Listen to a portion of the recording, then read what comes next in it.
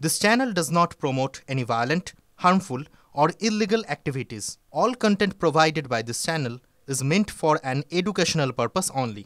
Top quality और consistent performance के लिए सिर्फ सिल्वर पंप नाम याद रखना। বাংলাদেশের অগস্ট আন্দোলনকারী কাকদ্বীপের ভোটার ওপার থেকে পড়তে এসে ফের বাংলাদেশে চলে গেছেন নিউটন দাস, তাও ভারতের ভোটার তালিকায় নাম। এখানে শেষ নয়, টিএমসিপি সুন্দরবন সাংগঠনিক জেলার সভাপতির সঙ্গেও বাংলাদেশি নিউটন দাসের ছবি ভাইরাল হয়েছে। ইমেলে মহকুমা শাসক, নির্বাচন কমিশন ও কেন্দ্রীয় স্বরাষ্ট্র মন্ত্রকে অভিযোগ, জনৈক ব্যক্তি শুধু নিউটন দাসই নন, তার দাদা তপন দাসেরও নাম ভারতের ভোটার লিস্টে। টিভি9 বাংলার কাছে নিজেকে বাংলাদেশি বলে স্বীকারও করে নিয়েছেন তপন দাস। ও এসেছিল 2000 করোনার পরে এসেছিল, ঠিক আছে, আমার ছোটো ভাই হয়, ঠিক আছে। তো আসার পরে তো ওদের নামে জায়গা ছিল, ওরা জায়গা ভাগাভাগি করার পরে আর এখানে থাকে না, আমার সঙ্গে তেমন লিঙ্ক নেই, কোথায় থাকে জানি না, ঠিক আছে। এখন শুনতে পাচ্ছি মাঝে মধ্যে বন্ধুবান্ধবের কাছ থেকে শুনতে পাচ্ছি সে বাংলাদেশে থাকে। ওইখানকার ভোটার তো? হ্যাঁ, সে ওখানে যেহেতু আসে অবশ্যই তো ওখানকার ভোটার না, বাংলাদেশের ভোটার। সে যেহেতু বাংলাদেশের জন্ম, বাংলাদেশে যেহেতু সে বড় হচ্ছে, তো অবশ্যই বাংলাদেশের তো ভোটার হবে। আর এই রাজ্যেরও তো, মানে আমাদের দেশেরও তো ভোটার। এখানে সে কী করে ভোটার করেছে সেটা আমি বলতে পারবো না। নিউটনকে চেনেন বলে স্বীকার করে নিয়েছেন কাকদ্বীপ পঞ্চায়েত সমিতি শিক্ষা কর্মাধ্যক্ষ প্রদীপ প্রামাণিক। তবে তার দাবি, নিউটন বাংলাদেশের নাগরিক বলে জানতেন না।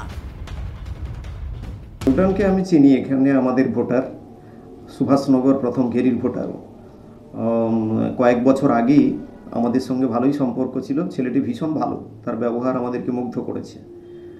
তপন দাস তার ভাই, ওর বাড়িতেই ও থাকতো এসে। আর এখানকার ভোটার এইটুকু ছাড়া আর আমরা কিছু জানতাম না। এখন আপনাদের থ্রু দিয়েই জানতে পারলাম যে বাংলাদেশে ওই আন্দোলনের সঙ্গে যুক্ত, সেটা তো আমরা জানি না ভালো করে, তবে ছবিতে আপনাদের এখানে দেখলাম। অবশ্যই খটকা লাগছে, কিভাবে ভোটার হলো, তার কাগজপত্র, রিকুইজিট পেপারস কিভাবে এলো, এইটাতে অবশ্যই কিভাবে এর তদন্ত যদি হয়, তাতে আমার কোনো আপত্তি নেই। কাকদ্বীপের ভোটার লিস্টে নাম থাকা বাংলাদেশি নিউটন দাসের জন্মদিনে তৃণমূল ছাত্র পরিষদের এক নেতার ছবি ভাইরাল হয়েছে। সুন্দরবন সাংগঠনিক জেলা টিএমসিপির সভাপতি দেবাশিস দাসের অবশ্য দাবি, তিনি জানতেন না নিউটন দাস বাংলাদেশি। শুনবো কি বলেছেন। নিউটন দাস বাংলাদেশে ভোটার রয়েছে, অথচ এখানে কাকদ্বীপেও ভোটার। সেগুলো আমি বলতে পারবো না। এখানে কাকদ্বীপে যতটা ভোটার জানি না, ও দেবনগরে আমার সাথে পড়তো, এইটুকুনি ওকে চিনি। সেই হিসেবে ছোটবেলা থেকে বন্ধুত্ব ছিল, জন্মদিন ছিল তার এখানে কয়েক বছর আগে, তার কেক কাটা হয়েছিল, যেমন সব বন্ধুদের কাটি সেইভাবে কেক কাটা হয়েছিল। কিন্তু বিজেপি অভিযোগ করছে, বলছে যে আপনার নেতৃত্বে কাকদ্বীপে বেশ কিছু বাংলাদেশি ভোটার উঠেছে এবং সেই সংখ্যাটা অনেকটাই। যদি কেউ একটা জিনিসে প্রমাণ দিতে পারে, তাহলে আমি মানে নিজের থেকে যা বলে করবো, যদি কোথাও কোনো দূর পর্যন্ত আমার কোনো কানেকশন দিতে পারে। এই বিষয়টাকে বিজেপি কিভাবে দেখছে জানার চেষ্টা করব। টেলিফোন লাইনে যোগাযোগ করেছি বিজেপি নেতা জগন্নাথ চট্টোপাধ্যায়ের সঙ্গে। জগন্নাথ বাবু, ওপার থেকে এপারে পড়তে এসেছিল, পড়তে এসে ভোটার তালিকায় নামও তুলে ফেললো, এবং আরও একটা বিষয় যেটা আপনি শুনলেন, সাংগঠনিক মানে সুন্দরবনের সাংগঠনিক জেলার টিএমসিপি সভাপতি দেবাশিস দাস, আর তার সঙ্গে ছবি ভাইরাল হয়েছে। তিনি কি দাবি করলেন সেটা তো আপনি শুনলেনই, কি বলবেন এবার? দেখুন, এই নিউটন শুধুমাত্র একজন না, এরকম হাজারো নিউটন, লাখো নিউটন পশ্চিমবঙ্গের ভোটার তালিকায় রয়েছে। এবং এ নিয়ে অভিযোগ কিন্তু ভারতীয় জনতা পার্টি জানায়নি যে বাংলাদেশের আগস্ট আন্দোলন বা বাংলাদেশের লোকেরা সেদেশেও ভোটার তালিকায় নাম আছে, এখানেও সব তৃণমূলের ভোট ব্যাংক হিসেবে রয়েছে, এবং তৃণমূলই তাদের আধার, ভোটার, বাকি সমস্ত ডকুমেন্ট পেতে সহযোগিতা করছে, সেটা আমরা বরাবর বলে আসছি। এবং কাকদ্বীপের ক্ষেত্রে অভিযোগটা কাকদ্বীপের এমএলএ মন্টুরাম পাখিরা করেছিলেন, তার ভিত্তিতে ওখানকার সিস্টেম ম্যানেজার সাসপেন্ড হয়ে আছেন, 5 জনের বিরুদ্ধে নির্বাচন কমিশন এফআইআর করেছে, পরবর্তীকালে একটি মামলাও হয়েছে। এটা শুধু কাকদ্বীপের ঘটনা নয়, আমরা বারবারই বলছি, ওই রামকৃষ্ণপুর যে সিআই অফিস, সেখান থেকে এই ভোটার লিস্টগুলো তৈরি হয়েছে। এর মধ্যে অনেকে আছেন যারা প্রথমে এসে যাদবপুরে উঠেছিলেন, যাদবপুর থেকে তারপরে তাদের নাম কাকদ্বীপে শিফট হয়েছে। তার ফলে এটি একটি বড় চক্র চলছে তৃণমূলের ভোট ব্যাংক বাড়ানোর। কাকদ্বীপ যেমন আছে, বসিরহাট যেমন তেমনই আছে, ডায়মন্ড হারবার আছে, বারাসাত আছে, এবং দক্ষিণ নদিয়ার বেশ কিছু কেন্দ্র আছে, যে সাব ডিভিশনগুলোতে এইভাবে আকছাড় প্রতিনিয়ত বাংলাদেশ থেকে আসা মানুষের ভোটার তালিকায় নাম উঠছে। এবং এখানে তো আপনি নিউটন দেখলেন, কিন্তু নিজামুদ্দিনদের নাম তো আপনারা বলছেন না। ভোটার তালিকায় মনে রাখবেন, নিউটনদের নাম কম, নিজামুদ্দিনদের নামই বেশি। এবং তৃণমূল পরিকল্পিতভাবে এই নিজামুদ্দিনদের নাম তুলছে, অনুপ্রবেশকারীদের নাম তুলছে। আমরা নির্বাচন কমিশনকে নিয়ে সতর্ক করেছি, তাদের নাম বাদ দেওয়ার জন্য বলেছি এবং ভবিষ্যতে বিজেপির সরকার এলে বেছে বেছে এদের চিহ্নিত করা হবে। এবং আসামে দেখছেন, উত্তর পূর্বের রাজ্যগুলি দেখছেন, বাকি সর্বত্র দেখছেন এই বাংলাদেশি ফেক ভোটারদের বা ডাউটফুল ভোটারদের ধরে তাদের ডিটেনশন সেন্টারে রেখে। বুঝতে পারছি জগন্নাথ বাবু, অনেক ধন্যবাদ আপনাকে। আমরা ইতিমধ্যে আপনাদেরকে একটা পোস্ট দেখাচ্ছি, যে পোস্ট সুকান্ত মজুমদার করেছেন। এই নিউটন দাস, যে ইতিমধ্যেই যার পরিচয় সামনে এসেছে, যে একজন বাংলাদেশি এবারে পড়তে এসে ভোটার তালিকায় নাম তুলেছে, সেই নিয়ে তীব্র কটাক্ষ করেছেন সুকান্ত মজুমদার। সেই পোস্ট আপনাদের সামনে এই মুহূর্তে।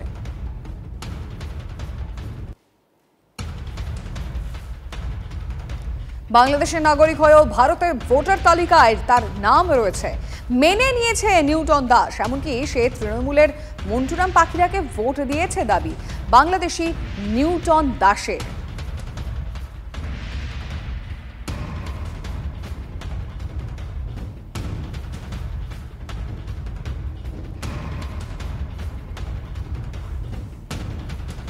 টিভি9 বাংলা এক্সক্লুসিভ প্রতিক্রিয়া পেয়েছি আমরা নিউটন দাসের, শুনবো কি বলেছেন। পূর্বপুরুষদের জায়গা সংক্রান্ত বিষয়ের কারণে যেহেতু আমি ওয়ারিশ হই, 2024 সালে আমাকে একবার বাংলাদেশে আসতে হয়। জুলাইয়ের বিপ্লবের মুখে পড়ে যাই। ভিডিও বার্তা বিভিন্ন মিডিয়াতে ছড়ানো হয়েছে, যেটা সম্পূর্ণ গুজব, এগুলো সমস্ত কিছু চক্রান্ত। 2014 সাল থেকে আমার কাকদ্বীপের ভোটার, কিন্তু 2017 সালে আমার ভোটার কার্ডটি হারিয়ে যায়। তখন 2018 সালে আমি আবার আমাদের বিধায়কের সহযোগিতা নিয়ে আমি আবার আমার কার্ডটি তুলি। নিউটন দাসের বক্তব্য আপনাদেরকে শোনালাম। 2014 সাল থেকে সে কাকদ্বীপের ভোটার। 2017 সালে ভোটার কার্ড হারিয়ে যাওয়ায় 2018 সালে নতুন ভোটার কার্ডে আবেদন করে নিউটন, আর তা পেয়েও যায় বাংলাদেশি নিউটন। নিউটন দাসকে চেনেন না বলেই জানিয়েছেন কাকদ্বীপের তৃণমূল বিধায়ক মন্টুরাম পাখিরা। কোথা থেকে কোন সবাই আসছে না আসছে আমি জানবো কি করে বলো তো? আমি তো চিনে বসে আছি, আর প্র্যাকটিক্যালি আমি চিনিও না, কোন গড আমি চিনিও না। বাংলাদেশি নিউটনের নাম কিভাবে ভারতের ভোটার তালিকায় উঠল, প্রশ্ন তুলেছেন মথুরাপুরের সাংসদ বাপি হালদার।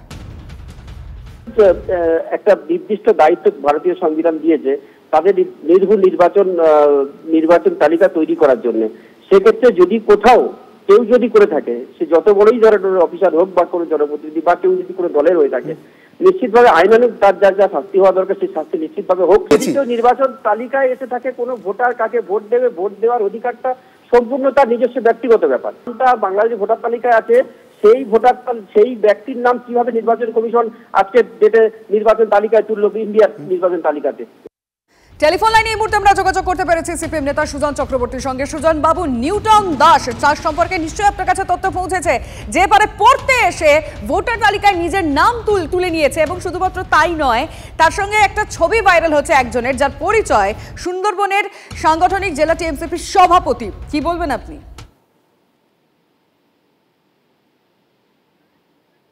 সুজন বাবু, শোনা যাচ্ছে আমার কথা?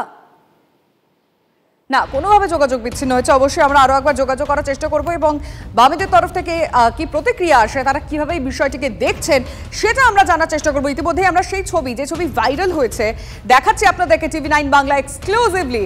এবং ইতিমধ্যেই যে নিউটন দাস শুধুমাত্র ভোটার কার্ড ছিল তা নয়, একবার হারিয়ে যাওয়ার পর নতুন ভোটার কার্ড ইজিলি পেয়ে গিয়েছেন, তারপরে আবার ভোটও দিয়েছেন মন্টুরাম পাখিরাকে, সেটা তো তিনি স্বীকারই করেছেন।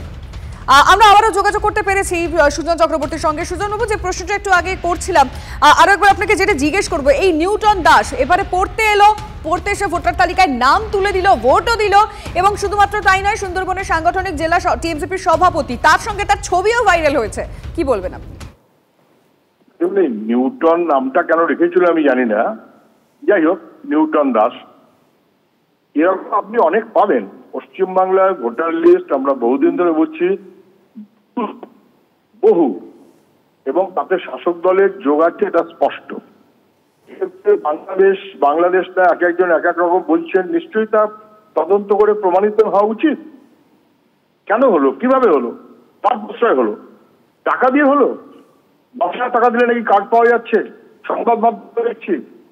তৃণমূলের নেতারা যেখানে যত দুর্নীতি আছে সবেতেই যুক্ত থাকতে পারে, শুধু টাকার গন্ধটা পেতে হবে। টাকা গন্ধ পেলে সবই পাস। তারপরে এমএলএ একরকম বলবে, তো সভাপতি আরেক রকম বলবে, তো আরেকজন আরেক রকম বলবে। ও গল্প শুনে আপনার লাভ কি? বাস্তবে ইনজেনুইন ভোটার ভরে আছেন, তার মধ্যে বাংলাদেশি লোক দুর্নীতি করে ঢুকে আছে, এমনটা হতেই। অবশ্যই ধন্যবাদ আপনাকে। সুজন চক্রবর্তীর সঙ্গে আমরা কথা বলছিলাম।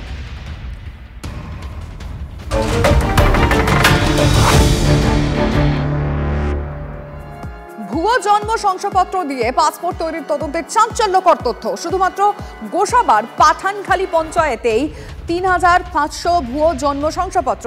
পঞ্চায়েত অফিসের চুক্তিভিত্তিক কর্মী গৌতম সর্দারের হাত ধরেই ইস্যু হয়েছে সেগুলি।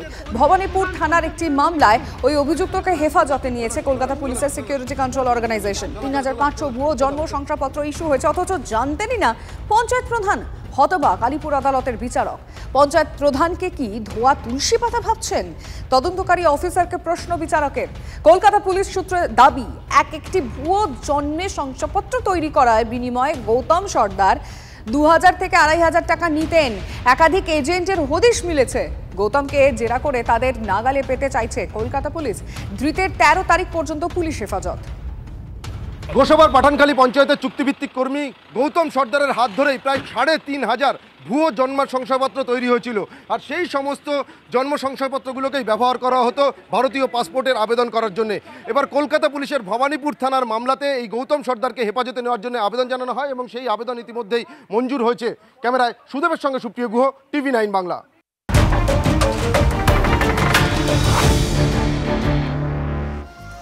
আর এরই মধ্যে আরো একটা খবর আসছে নিউ টাউন থেকে। জালে আরো এক বাংলাদেশি। ইকো পার্ক এলাকা থেকে মোহাম্মদ জিয়াউদ্দিন নামে এক বাংলাদেশিকে গ্রেফতার রহরা থানার পুলিশের।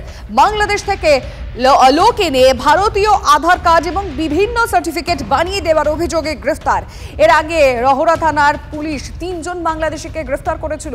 ধৃতদের জিজ্ঞাসাবাদ করেই এই জিয়াউদ্দিনের খোঁজ পায় পুলিশ। গোপন সূত্রে খবর পেয়ে পুলিশ একে ইকো পার্ক থানা এলাকা থেকে গ্রেফতার করে। জিয়াউদ্দিনের থেকে বেশ কিছু নথি উদ্ধার করেছে পুলিশ। রাজারহাটের কয়েকজন তাকে সাহায্য করত, জেরায় দাবি জিয়াউদ্দিনের।